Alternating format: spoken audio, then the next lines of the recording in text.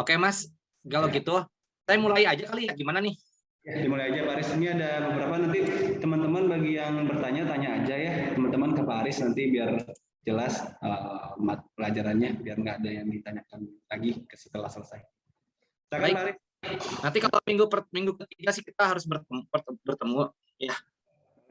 Minggu ketiga bakal normal lagi Pak Aris, hari Selasa Pak Aris. Ya, hari Selasa bisa ketemu. Nanti di jam 10 kan ya, Mas? Jam 10 ya. Oke. Selamat siang semuanya. Oke, kita mulai untuk session yang kedua, pertemuan yang kedua untuk tentang basic food safety. Ya, kemarin kita sudah membahas tentang food hygiene, personal hygiene, dan sanitasi. Kita akan lanjut ke session kedua, perihal tentang bahaya keamanan pangan. Jadi bahaya keamanan pangan itu dibagi 3 dalam hygiene. Pertama, bahaya biologis. Apa di dalam bahaya biologisnya? Ada mikroba, bakteri, ada papang, binatang pengerat. Terus saya sebelum kedua, bahaya kimia dan bahaya fisik, ada namanya kuman-kuman penyebab keracunan makanan. Pertama, ada namanya kuman Bacillus cereus, ya, sumbernya makanan, masa inkubasinya 1-6 jam. Masa inkubasi itu masa bakteri berkembang biak. Jadi 1-6 jam, gejalanya muntaber. Jadi dehidrasi. Ini kemungkinan saya akan sambungkan dengan materi yang sebelumnya. Karena kita fokus terhadap food hygiene, selektif pemilihan bahan bakunya dengan baik. Yang kedua adalah personal hygiene, orang yang menanganinya.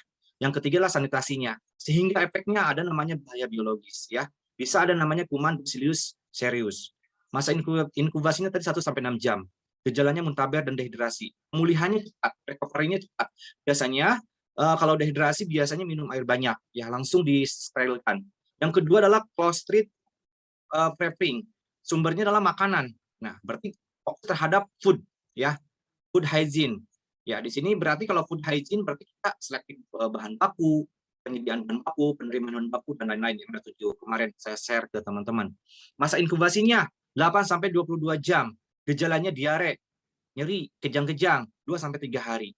Nah, yang ketiga adalah E. coli, daging sapi dan susu. Nah, biasanya kalau daging sapi berarti fokus terhadap sumber bahan baku. Contohnya kemarin kan bisa dari hewani, tumbuhan, atau dari perikanan. Nah, ini mungkin daging sapi ini sangat rentan terhadap ada namanya kuman atau bakteri yang berkembang biak. Kalau misalkan kita tidak membersihkan dengan rapi, dengan baik, ya ini akan ada namanya kuman E. coli. Nah, di sini akan fokus terhadap masa inkubasinya. Masa inkubasinya 12-48 jam. Ini diare darah biasanya. Pemulihannya 10-12 hari. Jadi teman-teman yang aktif di F&B, khususnya di food atau yang menangani makanan, dihidangkan ke orang banyak, tolong lebih perhatikan lagi terhadap pemilihan bahan baku, penyediaan bahan baku, terus cooking bahan baku, terus plating bahan baku, dan lain-lain. Dan lain-lain. Pokoknya produk-produk yang sudah jadi, teman-teman harus fokus. Yang ketiga adalah Campiolop zezuni, biasanya disebut dengan sumbernya dari daging sapi juga sama dengan umus-umusan dan susu. Nah, masa inkubasinya 48-96 jam. Di sini teman-teman berarti lebih perhatian terhadap 48-96 jam, ini sangat lama sekali gitu masa inkubasinya. Jadi berkembang biak di sini kalau kita tidak memperhatikan penyediaan bahan baku dengan rapi dan baik, dan penanganan bahan baku diolah sehingga menjadi produk dan disajikan terhadap konsumen yang banyak, ya, sehingga merugikan orang lain. Nah, ini gejalanya diare dengan darah, demam, nyeri perut. Ini recovery-nya 3-5 hari. Yang selanjutnya adalah clostridium atau botulin. Botulin itu biasanya terhadap makanan, berarti terhadap food hygiene, ya, lebih fokus terhadap food hygiene yang di kaleng. Contohnya buat ada namanya buat kayak lebih ke buah peach. Itu kan dia tahan lama untuk di dalam kaleng. Ketika kita buka, maka buah peach itu tidak akan tahan lama karena di dalam kaleng itu ada namanya pengawet. Nah, teman-teman di sini harus diperhatikan juga Kalau misalkan kita beli bahan kaleng, minimal kalau misalkan belum digunakan, simpan di dry storage, di penyimpanan yang kering. Ketika kita buka, barulah kita pindahkan ke tempat yang aman. Contohnya ke bol, dengan ditaruh di tempat atau penyimpanan. Ya, penyimpanan contohnya lemari es. Ya, nah ini masa inkubasinya 18 sampai 24 jam. Diare dan gangguan saraf biasanya ya. Nah, ini sangat berbahaya sekali kalau makanan kaleng tidak diperhatikan. Jadi makanan kaleng kalau sudah buka setengah, jangan nggak dipindahkan, harus dipindahkan ke tempat yang benar-benar kita sterilkan. Contohnya ke tempat bol atau tempat-tempat lain, gelas, sehingga itu tidak terkontaminasi. Pokoknya kalau bahan kaleng itu kalau belum dibuka boleh disimpan, tapi kalau udah dibuka itu akan kehilangan daya masa simpannya gitu. Ya, ini teman-teman harus diperhatikan. Yang selanjutnya adalah salmon. Salmon ini, kuman salmon ini ada namanya biasanya sumbernya dari daging sapi atau unggas-unggasan. Nah, susu biasanya susu masih susu murni biasanya. Kalau susu yang sudah di dalam kemasan, dan mereka ada bahan pengawetnya di dalam kemasan tersebut. Masa inkubasinya 12 sampai 48 jam. Gejalanya adalah muntaber dan demam. Nah, di sini ada namanya 3 sampai 6 hari untuk recovery-nya. Yang selanjutnya adalah segela. Segela adalah makanan. Nah, sumbernya adalah dari sumber air, ya.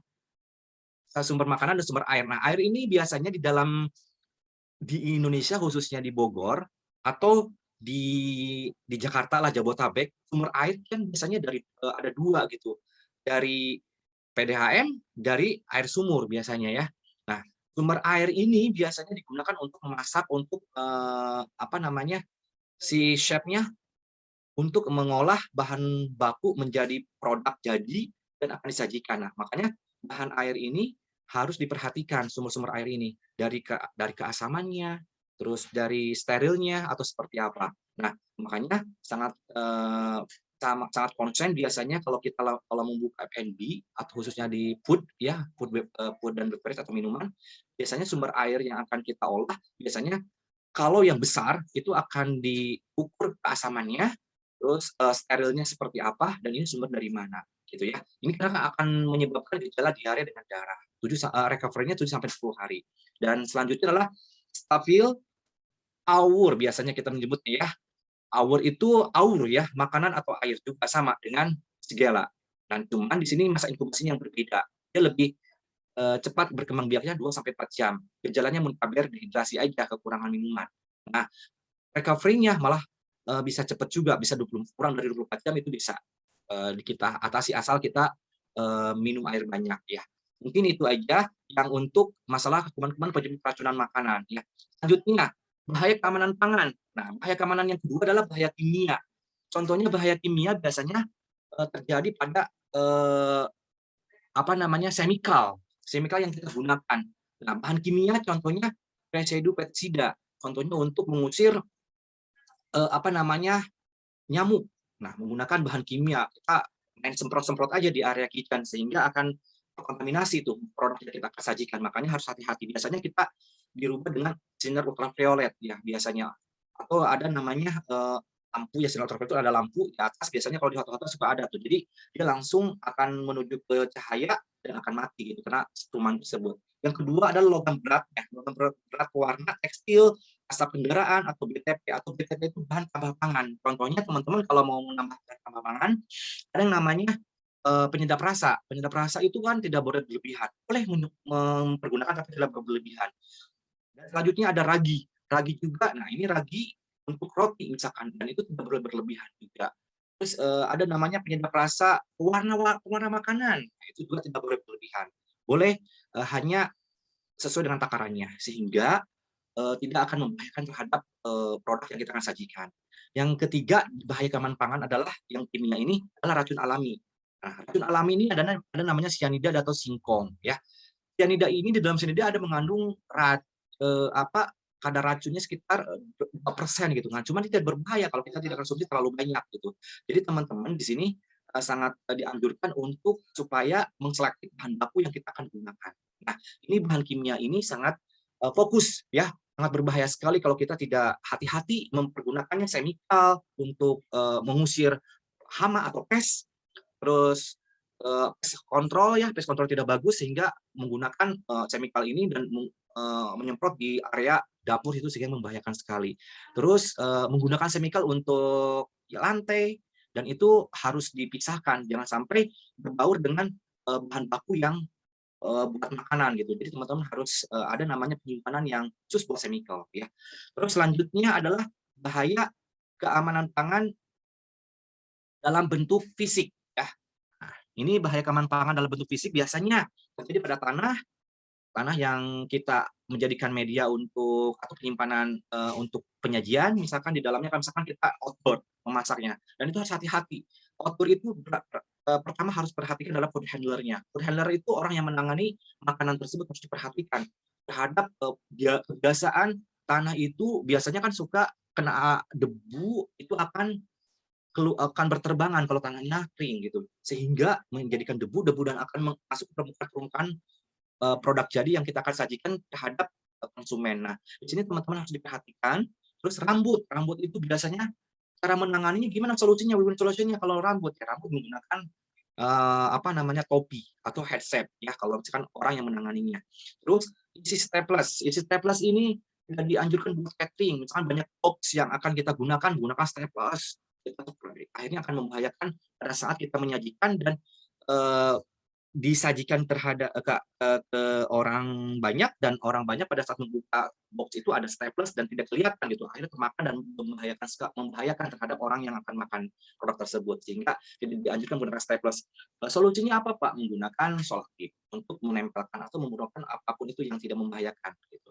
Terus potongan plastik juga harus diperhatikan, dan di sini ada juga paku juga paku payung biasanya terutamanya ya, biasanya kalau orang wedding di outdoor dan itu akan setup ruangan atau meja tersebut sehingga pakunya masih bergeletakan dan itu akan tercampur dengan apa yang kita akan olah gitu kan. Itu dikhawatirkan karena kita biasanya kalau di outdoor itu biasanya satu meja itu suka bercampuran gitu. Nah, ini kalau teman-teman harus fokus ya, jangan menggunakan banyak paku payung dan atau benda-benda yang berbahaya. Ya, pensil dan potongan kuku dan lain-lain. Ini bahaya fisik. Jadi ada 3 bahaya yang harus konsen dalam materi pertemuan kali ini. Pertama, food hygiene itu tadi kemarin bilang ada selektif bahan baku, penyediaan bahan baku, pengadaan bahan baku, itu lebih fokus terhadap food hygiene-nya. Jadi terhadap makanan yang kita akan olah dan kita sajikan. Sehingga dari preparation metode-nya kita sudah memperhatikan tersebut. Pada saat preparation method, makanya kita fokus terhadap personal hygiene-nya. Ya, personal hygiene orang yang menanganinya, apakah sehat atau tidak, apakah dia memenuhi standar menggunakan apron, menggunakan apa namanya topi atau penutup atau headset, atau menggunakan safety shoes dan lain-lain, dan benar-benar sehat. Terus pada saat mereka menangani makanan tersebut, makanya diperhatikan terhadap sanitasinya atau lingkungan kerjanya untuk apa namanya untuk mereka membuat produk tersebut sehingga produk tersebut tetap hygiene. Nah, contohnya kalau misalkan di luar terbuka ya emang luar terbuka, makanya salah satunya adalah begitu makanan panas, makanya kita harus mempersiapkan namanya cool box. Cool box itu apa? Trolley box. Trolley cool box itu biasanya langsung kita masuk ke dalam trolley dan itu benar-benar ada namanya tingkat panasnya suhunya berapa yang harus di dalam cool box tersebut gitu kan. Dan pada saat menyajikan ke meja buffet dan itu benar-benar steril gitu, benar-benar aman dalam kondisi tingkat hangatannya gitu. Jadi minimal kalau misalkan udah makanan sudah matang itu 60 derajat Celcius harus teman-teman stabil gitu, sehingga karena bakteri akan tumbuh, kemarin kita sudah sebutkan 5 derajat sampai di bawah 60 derajat itu bakteri akan berkembang biak, sehingga bakteri akan banyak gitu. Makanya teman-teman harus memperhatikan di situ. Mungkin itu aja Mas Rahmat. Kalau misalkan ada yang ingin ditanyakan lagi, ada yang tanyakan silakan, atau ini kan saya lebih dispesifikan, jadi mudah-mudahan ada direkam juga. Jadi kita lebih fokus terhadap bahaya-bahaya keamanan pangan ya. Mungkin itu aja ya. Baik, makasih Pak Aris. Teman-teman yang ada di Zoom mungkin ada yang ingin bertanya, boleh silakan di unmute aja.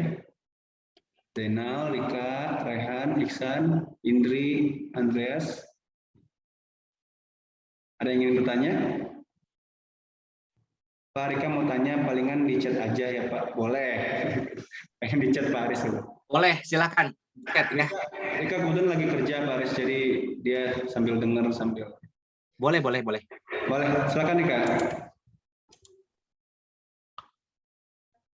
Kita tunggu ya Rika. Sambil menunggu Rika, Mungkin tadi saya akan memperjelas tentang bahaya yang keamanan yang tadi pada kuman-kuman yang akan berkembang biak, kuman-kuman yang akan berkembang biak ya. Jadi teman-teman di situ harus fokus minimal bisa memploting bahwa kuman-kuman penyebab keracunan makanan tuh kumannya apa aja, bisa kan sumbernya tahu minimal. Seorang food handler yang menangani makanan di area kitchen minimal mengetahui sumbernya dari mana, kumannya itu apa jenisnya, sehingga pada saat kita untuk recovery-nya tahu gitu.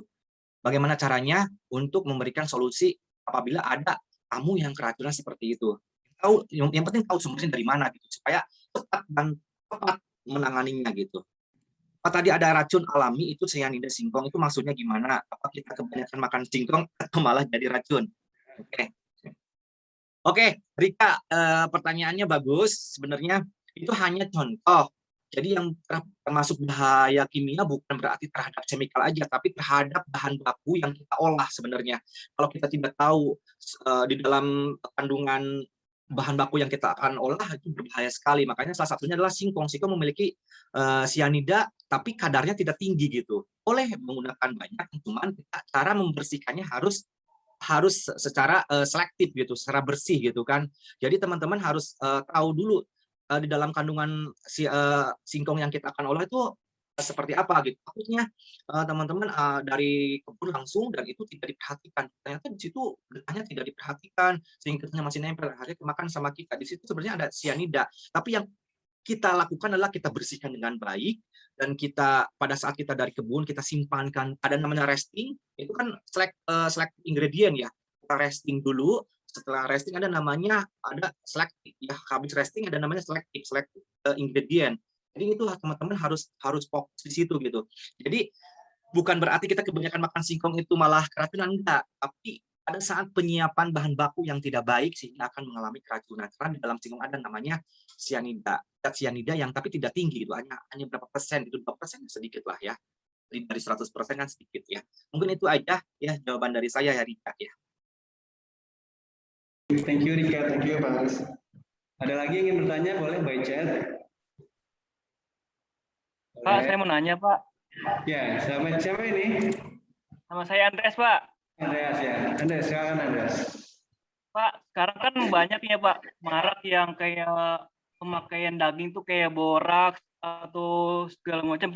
Terus daging yang merah tuh yang dagingnya udah busuk terus dimerahin. Nah, untuk cara membedakannya bagaimana ya Pak ya? Halo Pak. Oke. Dengan siapa tadi, Rehan ya? Andreas Pak Aris. Andreas Pak. Oh, Andreas. Andreas. Oke, Andreas. Ya. Pertanyaannya sangat bagus. Ini Andreas. Makanya kemarin sebelum kita terjerumus terhadap bahan baku yang mengandung borak, makanya ada namanya selective ingredient. Teman-teman kemarin kan ada penyediaan bahan baku. Misalkan kalau berhubungan dengan daging sapi. Daging sapi itu pemotongannya gimana sih? Dia memenuhi standarisasi halal atau tidak gitu cara pemotongannya menurut agama Islam gitu kan. Jadi ada MUI-nya atau tidak cara pemotongan hewannya. Makanya kita harus lihat itu di situ penyediaan bahan bakunya. Jadi kita harus sumbernya dari mana. Contohnya pemotongan hewan di mana. Terus transportasi hewannya gimana, pemasarannya di mana. Nah, teman-teman cara mengetahuinya kita sebenarnya lebih awal gitu. Kalau misalkan Pak kan ini kita buatnya di pasar ya. Salah satunya adalah ya pasarnya di mana dulu gitu. Kita kan sebenarnya bisa ngelihat nih. Kalau hewan, misalnya saya secara fisik aja ya. Kalau kita beli ayam di pasar, kalau misalkan dia gerubutin hewan-hewan lain, contohnya lalat dan lain, itu berarti hewan asli. Tapi kalau misalkan hewannya putih banget, bening, dan tidak ada hewan yang menggerumuti hewan tersebut, maka hewan itu ada namanya pelindung dari bahan kimia. Misalkan ada zat-zat tadi yang disebut borak atau pengawet, sehingga hewan-hewan itu nggak mau hinggap di dalam permukaan ayam yang akan kita jual gitu kan. Itu akan kelihatan. Ah, mungkin di situ ya, Rehan, kalau secara fisik. Tapi kalau misalkan kita seorang hygiene, food hygiene dan sanitasi, personal hygiene dan sanitasi lebih diprioritaskan tadi, lebih difokuskan terhadap pemilihan bahan baku, makanya kita sebelum kita bisnis di dalam food ya, makanan atau kulineran, makanya kita harus selektif siapa sih supplier kita yang akan mensupport untuk mengolah produk kita, sehingga produk kita menjadi berkualitas. yang ada 7 poin yang kemarin, pemilihan bahan baku, penyediaan bahan baku, terus penyimpanan bahan baku setengah jadi dan lain-lain. Nah, itu harus teman-teman harus diprioritaskan. Tapi kalau secara fisik tadi ya, kalau misalkan teman-teman bahwa hewan itu ada zat kimianya, biasanya mereka tidak mau hinggap di dalam permukaannya, itu secara kasat mata ya. Jadi orang akan tertarik, oh ini bagus-bagus bersih, padahal belum tentu itu bersih. Nah, itu secara fisik. Tapi secara ilmiahnya kita bisa mengecek dengan ada namanya ada namanya kadar untuk ada racunnya, pH-nya, keasamannya seperti apa ada namanya.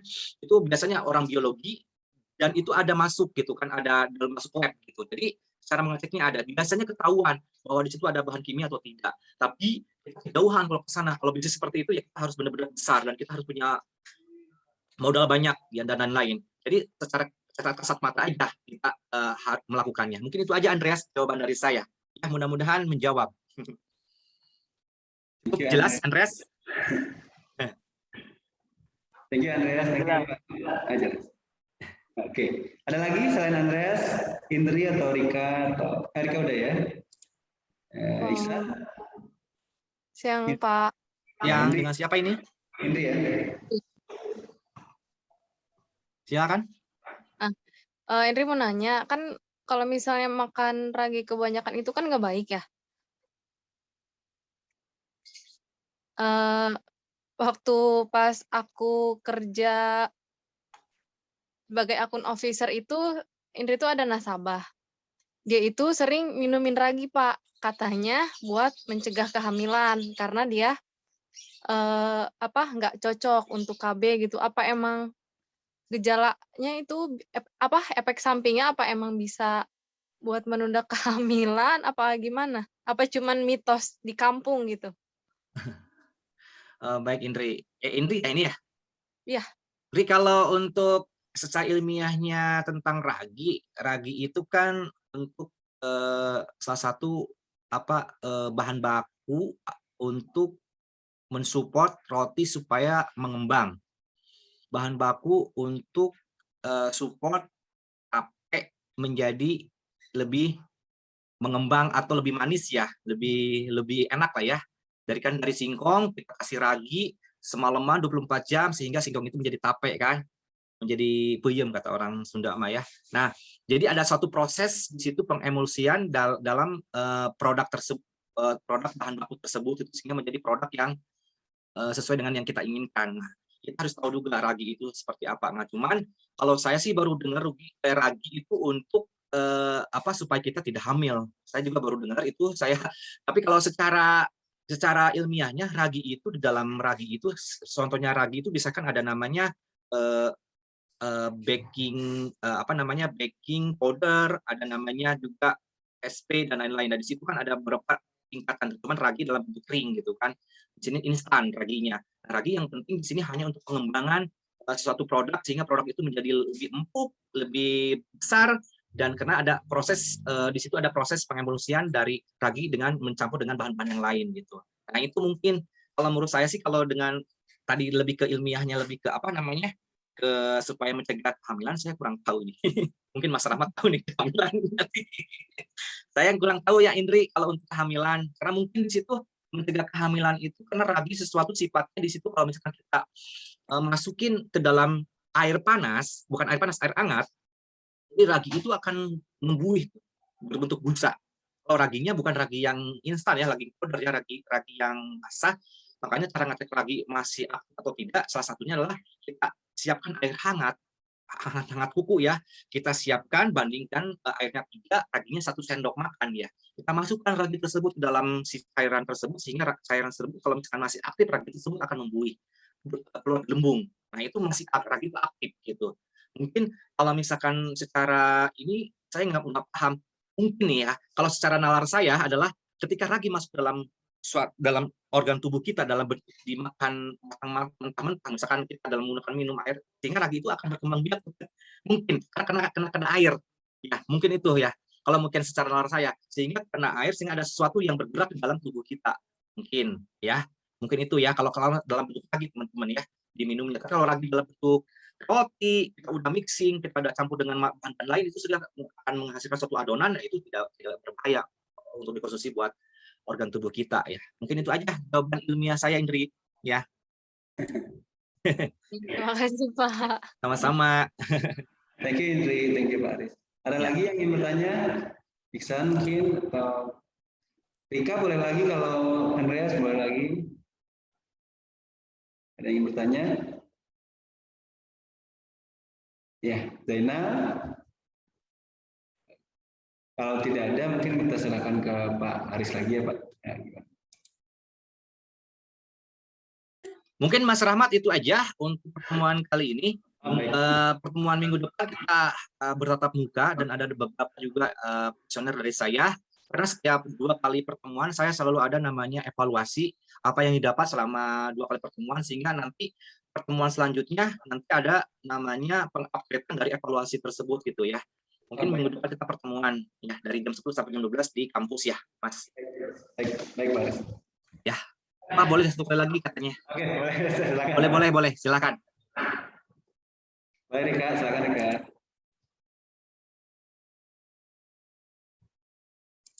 Nanti ada, kalau safety nggak ada praktek ya Pak Aris ya?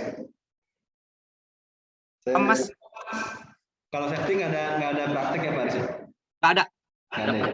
Paling lebih banyak ke kuesioner, ada beberapa pertanyaan seperti itu, kita tanya jawab gitu. Sejauh mana sih tentang mengetahui hygiene, karena hygiene ini harus dipraktekkan dalam artian pada saat kita tahu teorinya, tapi pada saat dipraktekkan pada saat di lapangan gitu, nanti berhubungan dengan kitchen area, dengan pastry area gitu. Jadi seperti itu Mas Rahmat. Siap Pak Aris, baik. Ayo Rika, ditunggu. Boleh Rika, satu kali lagi nanya, silakan kita tunggu.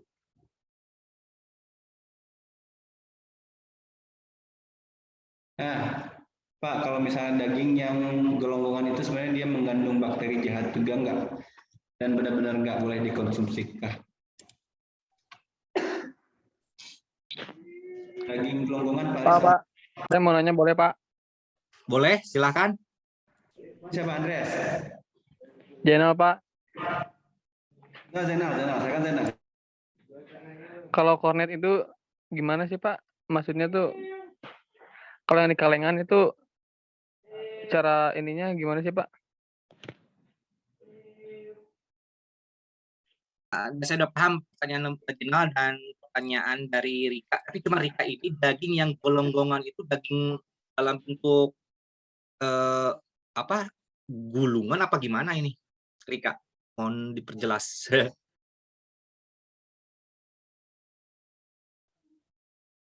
Oke, atau saya ya gimana Rika?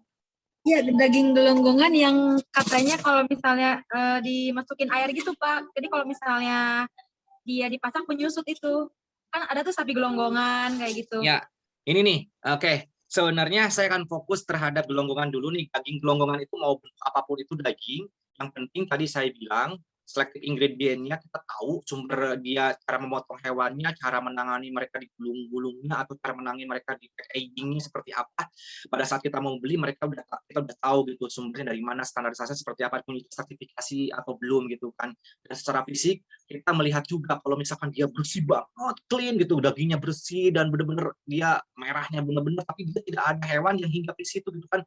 Maksudnya sangat ngelihat banget gitu kan bahwa itu terkecuali kalau ditaruh di di mall-mall ya, dalam menggunakan freezer gitu kan, itu berbeda lain cerita ya. Kita kan berbicara tentang pasar kan, kita tidak semua beli di mall, ada di pasar tradisional maksudnya ya, ada di mall. Kalau di mall kan masuk ke freezer, dan itu benar-benar kita akan melihat secara kasat mata bahwa mereka udah benar-benar ada namanya penyimpanannya dengan baik, dan selected ingredient juga baik, terus transportasi dari peternak atau petani, dia menggunakan transportasi yang benar-benar menggunakan suhu ruang yang bagus. Nah, yang dimaksud dengan Rika di sini, yang mengandung bakteri jahat itu adalah pertama, kalau kita menggunakan, saya akan mencari 2 kasus ya. Kasus satu adalah pada saat kita mau towing. Nih, towing frozen food. Nih, towing frozen food, teman-teman tidak dianjurkan bahwa teman-teman mencairkan dengan secara dipaksa gitu. Contohnya, Misalkan tadi dagingnya bergelumbangan gitu dalam freezer, taruh, kita ambil dan kita langsung masukin ke dalam air gitu kan, atau dimasukin ke dalam air panas. Itu berbahaya sekali karena nanti malah yang permukaan daging tersebut akan matang di dalamnya, tetap akan berbentuk es. Dan itu bakteri akan tumbuh karena bakteri kan konsepnya gini, kita prinsipnya seorang hygiene itu harus tahu bakteri akan berkembang biak di atas 5 derajat Celcius atau 6 derajat sampai di bawah 60 derajat Celcius. Bakteri akan berkembang biak. Jadi teman-teman harus tahu.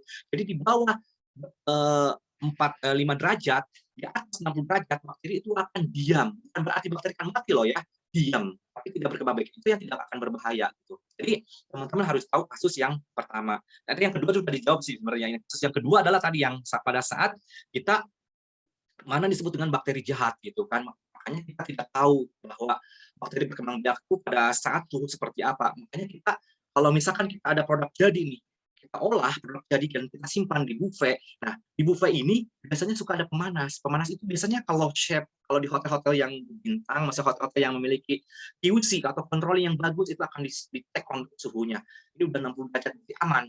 Dan aman untuk disajikan karena di atas 60 derajat. Karena bakteri tidak akan berkembang biak. Nah, itu salah satunya. Ya, jadi pertanyaan Rika adalah bagaimana cara menyimpannya. Kita harus tahu juga bagaimana caranya bakteri akan berkembang biak gitu ya. Jadi baru kita bisa mengkonsumsinya. Mungkin Rika itu jawaban dari saya ya. Mudah-mudahan menjawab ya. Ya. Oke, Rika, sebelum ke Jenal, ada yang tanyakan lagi? Cukup? Jadi penyimpanan tetap diperhatikan, suhunya diperhatikan. Makanya kita harus tahu mana daging atau ayam yang frozen food dan lain-lain. Oke, cukup ya. Berarti kita akan lari ke Jenal. Jenal yang dimaksud dengan makanan kaleng ya. Contohnya tadi apa? Yang Kornet, Pak, kornet. Kornet ya, kornet. Nah, Ya Pak, kornet Pak. Oke. Jenal di sini akan fokus terhadap makanan kaleng. Makanan kaleng kan biasanya gini. Makanan kaleng itu sebenarnya bagi orang sehat. Sebenarnya tidak juga sih menurut saya. Malah makanan kaleng sangat membantu kita pada saat kita lagi urgent dan tidak menyiapkan bahan baku yang harus benar-benar dari nol gitu. Makanan kaleng hanya kita olah. Cuman kita keliru di dalam penyimpanan. Makanya nanti teman-teman akan belajar di pertemuan keempat atau kelima. Saya akan share ke teman-teman ada penyimpanan yang benar-benar khusus fokus yang memenuhi standar hygiene gitu kan. Baik dari food hygiene dan personal hygiene serta penyimpanannya. Makanya kalau makanan kaleng teman-teman beli dari supplier atau bahan baku, teman-teman harus fokus tuh makanan kaleng ini. Jadi disimpan di dry storage, jangan masuk ke dalam kulkas, tapi di dalam dry storage itu suhu ruang ya. Gudang kita tapi memiliki suhu ruang, minimal memiliki AC atau exhaust yang bagus, sirkulasi udaranya bagus, itu tidak lembab, sehingga sangat bagus untuk penyimpanan kaleng walaupun kita beli dari toko dan disimpan berbulan-bulan gitu. Nah, yang paling berbahaya adalah tadi yang ditanyakan adalah makanan kaleng kalau kita sudah dibuka. Nah, kita harus tahu dulu kalau sudah dibuka teman-teman harus fokus tuh. Jadi kornet misalkan dalam kornet 200 atau 500 gram. Kita hanya dipakai 250, berarti 250 gram itu tersisa dong. Nah, jangan dibalikin lagi dalam kalengnya karena takutnya nih kita udah terbuka. Terkecuali gini, kalau teman-teman gitu di towing, kalau misalnya kita mau buka, simpan, baru segera hanya ambil seperlunya, baru kita menggunakan plastik wrap dan tutup lagi. Nah itu boleh. Dan itu harus disimpan di dalam kulkas. Tapi kalau teman-teman buka kalengnya dan itu begitu dibuka itu udah banyak bakteri yang masuk dalam permukaan kornet yang kita tidak gunakan gitu kan. Makanya teman-teman harus memperhatikan cara pembukaan kornet tersebut sehingga bisa awet, bisa kita gunakan lagi untuk produksi atau memasak selanjutnya gitu. Nah mungkin di situ ya fokusnya kalau menurut saya. Kalau pengolahan makanan kaleng ya malah tergantung nanti teman-teman. Kalau misalnya saya kornet selalu seperti itu cara ketika buka dari kaleng, kita buka dan kita kalau misalnya dipakai semua lebih enak sih. Kita masuk ke dalam bowl, kita langsung sebenarnya kaleng itu kan kalau misalkan kita dibuka langsung dan langsung dimasak itu tidak masalah. Yang bermasalah adalah ketika teman-teman membuka kaleng tersebut sehingga itu dimasak sekitar sejaman 2 jaman lagi, itu yang berbahaya. Karena banyak udara yang tidak steril gitu. Karena saya yakin mereka membuat kornet itu di dalam pabrikannya itu benar-benar steril. itu udah steril sekali, dan di situ ada pengawet udaranya juga, ada oksigen. Nanti juga teman-teman akan belajar atom, food, acidity, temperatur, time, oksigen, dan moisturizer, kelembaban. Nah, di situ dalam kelembaban, dalam oksigennya, dan di situ udah diatur gitu di dalam kaleng tersebut, sehingga teman-teman makanya harus tahu cara trik pada saat kita membuka kaleng, dan kita harus segera di cooking gitu, harus segera diproses, bukan didiamkan dulu. Makanya ada namanya kontaminasi silang atau kontaminasi terhadap Pak, makanan tersebut dari udara gitu. Mungkin itu ya. Iya, Oke, Pak. Jena. Ya, itu mungkin. Berarti kalau udah dibuka itu kalengnya harus dimasak semua, Pak. Nggak bisa disimpan dulu gitu. Ya, kecuali kalau mau disimpan, tadi yang saya bilang triknya adalah teman-teman harus langsung segera ditutup. Misalkan kalau kita menggunakan bukalah seperlunya, barulah itu benar-benar harus food hygiene dan harus personal hygiene. Benar-benar teman-teman harus menggunakan hand gloves dan di suhu ruang yang di bawah 5 derajat minimal, atau di cool kitchen, atau di cool kitchen sih sebenarnya yang bagus, sehingga steril. Baru teman-teman bisa membuka. Ya, itu hygiene seperti itu. Nah, jadi jangan sembarangan dibuka, begitu dibuka didiemin aja, ya itu kenapa kok jadi basi gitu? Ya salah satunya adalah itu dari udara di area kitchen itu tidak steril karena banyak Pak, sampah tidak ditutup dan lain-lain. Kalau di udara luar gitu jangka waktunya berapa jam gitu, Pak? Oh, kalau di berapa udara menit? luar makanya tidak dianjurkan, makanya harus segera dimasak. Oh, Gitu. langsung dimasak ya, Pak ya? Nggak bisa didiamkan dan bisa digunakan breaknya. Makanya teman-teman pada saat membuka makanan kaleng minimal teman-teman ambil seperlunya, segera tutup itu di suhu ruang, dan benar-benar suhu ruangnya di bawah 5 derajat ya, di bawah 5 derajat, dan atau mungkin udah di atas 10 derajat kan panas, di bawah 5 derajat di suhu ruang dan dikeluarkan. Itu harus segera pakai menggunakan plastik wrap dan ditutup lagi dengan tutupnya, terus segera disimpan lagi ke dalam kulkas, pindah bukan ke di storage, bukan di suhu ruang, tapi dipindahkan langsung ke dalam kulkas sehingga akan awet gitu kan. Dan itu tidak perlu di freezer dulu ya, di dalam kulkas aja, karena teman-teman udah benar-benar di situ memuat pengawet dari udara yang teman-teman lakukan gitu kan. Saya yakin itu awet gitu kan. Kalau misalkan di suhu ruang dan di area luar gitu ya, maksudnya di cool kitchen, itu bakteri akan berkembang biak sehingga permukaan akan kering gitu. Dan itu tidak layak untuk dikonsumsi dan tidak diolah, dan layak untuk diolah juga gitu ya. Itu mungkin ya, Jenal.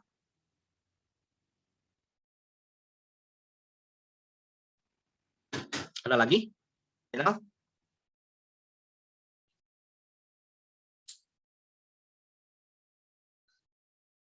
Ya.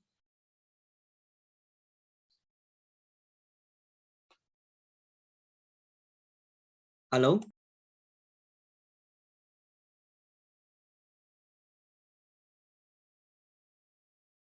Mungkin yang lain mau bertanya, Raihan atau lagi di sini Rika udah ya, Ihsan mungkin. Jenal cukup tadi, Mbak? Kenapa? Yang Jenal udah cukup belum tadi? Udah dijawab apa belum? Cukup Pak, cukup. Cukup ya. Cukup Pak, terima kasih Pak. Sama-sama. Oke. Cukup. Mungkin yang lain lagi mau bertanya?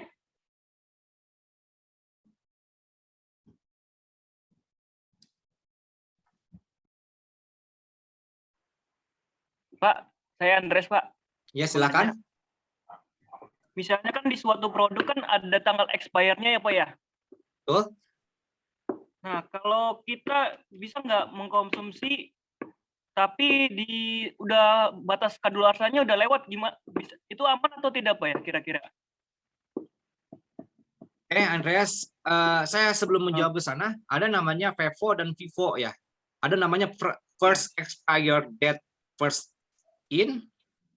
out, first in dan first out, FIFO.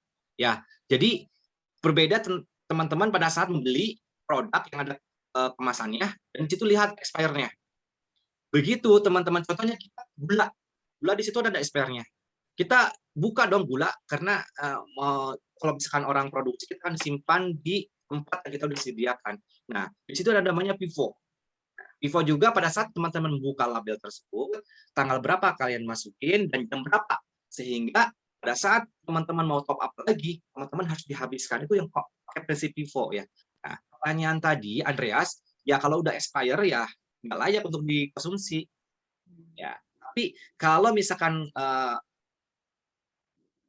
Andreas memindahkan dari kemasan ke dalam tempat yang udah kita siapkan, contohnya gula atau tepung, kita pindahkan, tapi itu sesuai dengan expire kita, dalam artian kita buka tanggal segini. Nah ini kita lihat lagi labelnya, oh masih lama ini, gitu kan, itu masih bisa digunakan. Yang prinsipnya adalah habiskan yang lama, baru kita top up lagi. Kalau expire date ini nggak bisa, itu udah harga mati, ya nggak bisa. Kalau expire date itu udah sehari 2 hari itu jangan, lebih aman lagi, mending ganti dengan yang baru. Itu ya Andreas jawaban dari saya. Oke. Yuk. Andreas sudah cukup? Cuma kan kemarin kan saya dengar dari iklan kalau tanggal expire tuh misalnya tanggal bulan sekian, tapi yang buat 2 hari ternyata masih bisa Pak, ternyata Pak yang di iklan Pak. Ternyata itu cuma yang tanggal expire itu cuma perkiraan doang Pak katanya Pak, dari Gini, ada itu iklan Pak, penjelasan. yang namanya itu gambling, Andreas ya. Kalau bagi teori kita orang hygiene, karena ada khususnya dengan undang-undang kan ada pasal 67 sama pasal 71 ya, kalau nggak salah kemarin dibagi 2 ayat sama masing-masing ya, 67 sama 71 ya di undang-undang nomor pertama ya, undang nomor 11 apa gitu ya, di situ kan tentang pangan. Jadi tentang pangan ini harus diperhatikan pertama, kita tidak ambil resiko pada saat kita menggunakan bahan baku yang sudah expired date. Itu udah teorinya udah gitu, nggak boleh karena ya walaupun secara kita cobain masih enak gitu. Nah itu kembali lagi kebijakan di perusahaan masing-masing ya, itu kembalikan. Tapi kalau saya sebagai orang safety hygiene itu tidak layak, tidak boleh, harus di apa namanya, di destroy atau dihancurkan atau dibuang, dirilis ya. Mungkin ya jawaban dari saya Andreas. Oke. Ya, ada lagi? Cukup jelas Andreas? Oh, cukup siapa? Cukup ya? Oke.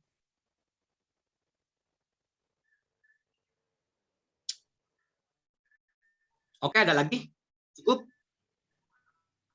Halo, Pak. Cukup ya? Masuk. Halo, Pak. Halo, ya. Dengan siapa ini? Saya Iksan, Pak. Iksan, silakan. Ya. Pak, kan dalam mengacu yang lagi ini, Pak, biasanya Pak, bahan produk yang di-extend tuh, Pak, itu kalau hygiene handling-nya ya, Pak? Yang di-extend dalam beberapa hari atau beberapa minggu, biasanya ada beberapa bahan makanan yang memang bisa, kalau di kitchen kan suka ada yang di-extend tuh, Pak. Itu maksudnya gimana ya, Pak? Nggak kedengeran. Ini bergelombang ke sayanya. Gimana? Maksudnya diulang lagi?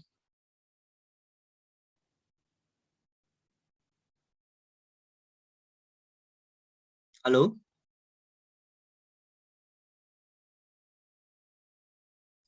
Halo Ihsan, atau mungkin diketik kalau nggak jelas diketik di room chat. Oh, wait, sorry.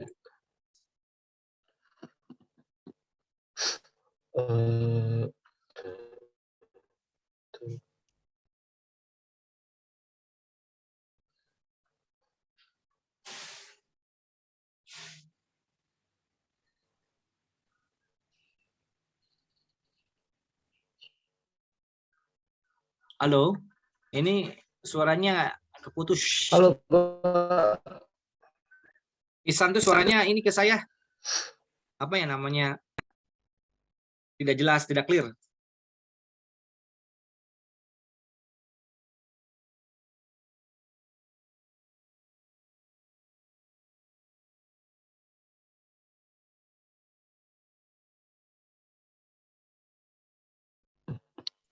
Pak, sudah saya ketik di chat ya. Di chat mau saya bacakan. Baik. Ya, saya sudah baca. Oke. Nah, biasanya ada beberapa bahan makanan yang suka di-extend masa expire-nya, itu gimana untuk kandungan kuman dan bakterinya. Baik, pertama tadi gini, kalau namanya bahan baku, kalau saya tadi yang jawaban punya Jenal itu lebih ke saklak ya.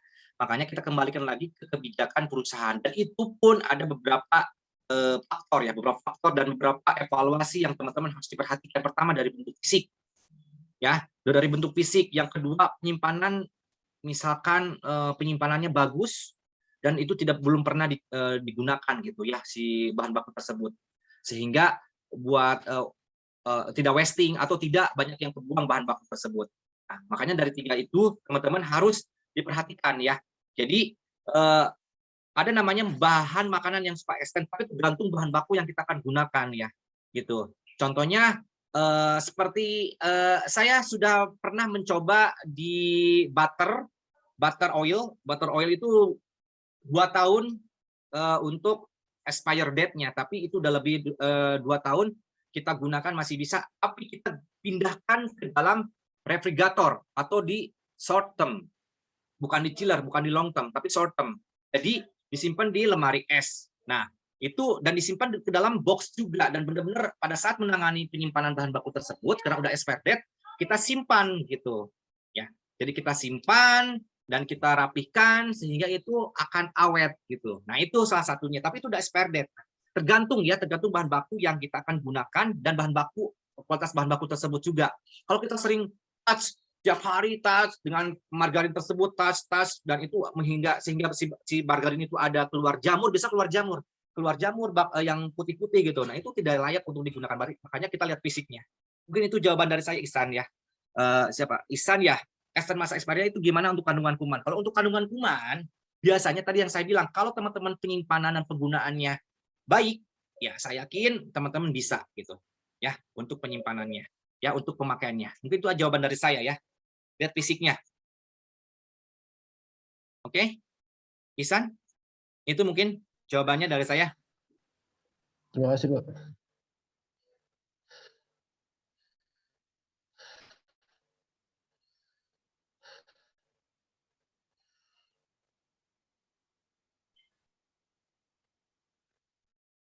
Oke.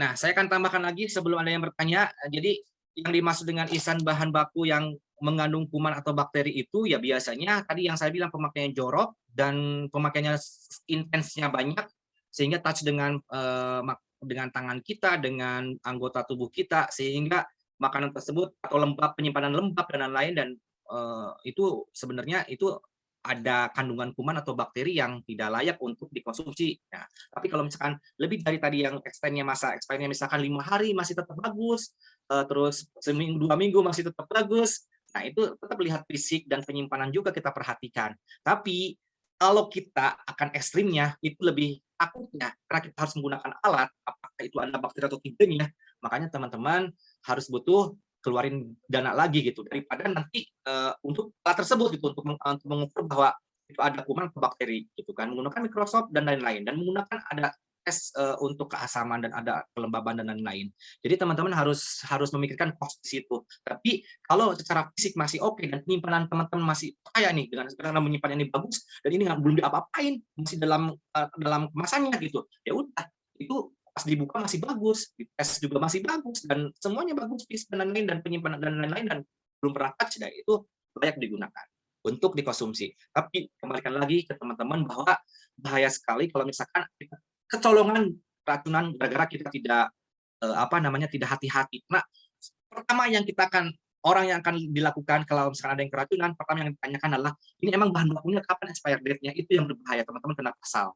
Itu aja logikanya. Tapi kalau secara teman-teman kalau lihat dari cost supaya efisien, supaya kita tidak mengeluarkan cost lagi, tapi tetap harus lihat fisiknya, lihat kualitasnya, dan lihat proses dalam pembelian dan penyimpanan dan lain-lain. Ya, itu mungkin jawaban saya, Ihsan ya.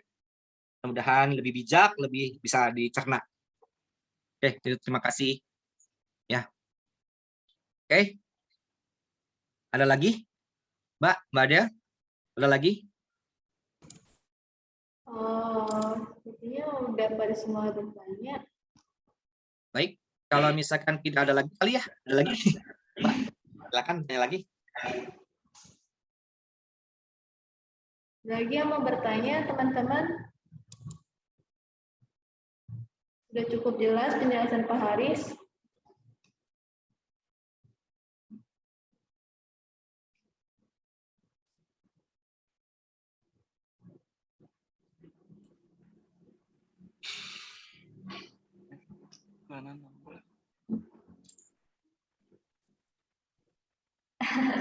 Ada bertanya dari Rika, Pak. harus ke LKPBHI-nya ya. Ke Mbak Adel tuh sama Mas Rahmat ya kalau tes ya. Apa sih Mbak tesnya? Tes di akhir aja paling Pak. Iya, tes di akhir paling. Untuk Ada tes lisan dan tertulis kali ya nanti tesnya. boleh kalau Pak Haris mau ada lisan dan tertulis nanti bisa disampaikan sama dia. Ya. Baik. Ada lagi yang mau bertanya selain menanyakan tes? Baik, kalau nggak ada, ada lagi nih. Oke Pak, makasih. Oke, kalau misalkan ini tidak ada ya Mbak Adel dan Mas Rahmat dan teman-teman semua. Jadi pertemuan kali ini yang penting fokus terhadap kuman-kuman penyebab keracunan makanan, fokus terhadap kejadian-kejadian. Karena kalau misalkan sebagai orang bisnis kita nggak terlalu saklek banget terhadap hygiene, tapi sebagai orang hygiene, saya akan balik lagi ke teman-teman, kita harus saklek, ya. Karena sangat berbahaya sekali kalau udah kejadian, ya. Kalau sudah kejadian pasti yang akan dicari sumbernya dari mana. Kalau misalkan kita tidak mengikuti sumber yang kita sudah anjurkan, itu orang penyidik sangat gampang sekali untuk mencari informasi, mencari kesalahan di kitanya. Makanya mendingan, karena ini sangat berbahaya buat nyawa orang, keracunan apalagi keracunan sama orang gitu kan, sangat berbahaya sekali. Jadi teman-teman, kalau misalkan ada udah expire, lebih baik dieksekusi atau dibuang gitu. Tapi kalau misalkan untuk lihat cost terlalu ini dan masih bagus fisiknya dan masih bisa digunakan, tapi biasanya kita ngelihat fisik, bentuk penyimpanan dan lain-lain ya. Jadi itu aja mungkin kesimpulannya Mbak Adel ya. Ini namanya Mbak Adel ya Mbak? Aldea Pak, tapi nggak apa-apa Pak. Siapa Adel apa? Aldea Pak. Oh dia, oh ya udah maaf ya Mbak. Ya, salam kenal juga ya. Silakan. Itu aja mungkin saya tutup pertemuan kedua kali ini. Nanti kita akan bertemu tatap muka di pertemuan di ketiga ya. Mudah-mudahan banyak pertanyaan lagi, seri sessionnya bisa masuk ya. Itu aja mungkin ya. Terima kasih dan selamat sore. Baik, terima kasih Pak Haris atas ilmu yang telah diberikan hari ini.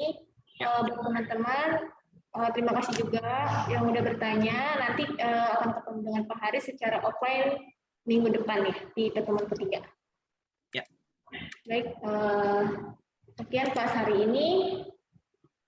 Saya tutup. Selamat siang. Selamat siang. Ya. Siang, Pak. Iya, Andreas. Yuk. Ada yang mau disampaikan? Ya. Jadi besok jam berapa, Kak?